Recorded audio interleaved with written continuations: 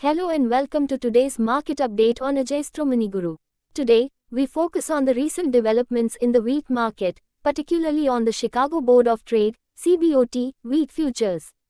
On Tuesday, CBOT wheat futures saw a decline, with the December soft red winter wheat contract dropping by 4 cents, settling at $5.78 per bushel. This fall comes despite an earlier rally where prices reached a one-week high of $5.89 per bushel. The reason behind this downward pressure?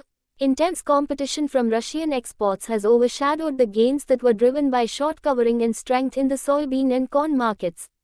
But the drop wasn't limited to CBOT alone.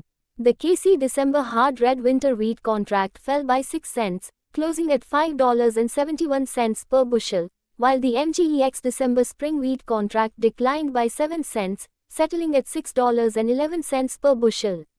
Adding more complexity to the market, workers at 6 major grain terminals in Vancouver, Canada, have gone on strike, according to both government and industry sources. This strike could potentially disrupt the exports of key crops like wheat, canola, and others, adding uncertainty to the market. Despite these factors, weather concerns are still playing a role in supporting prices. Adverse conditions in Russia have raised doubts about the size of its wheat harvest and the future of winter wheat sowing in both Russia and Ukraine. Meanwhile, in China, the government has set a maximum annual purchase volume for wheat at 37 million metric tons for 2025 and 2026, according to a recent notice from the state planner. This matches last year's limit and adds another layer of consideration for global market participants. The U.S. Department of Agriculture, USDA, also provided its latest crop progress report. The U.S. spring wheat harvest is now 96% complete, and winter wheat planting is progressing, with 25% of the area already planted.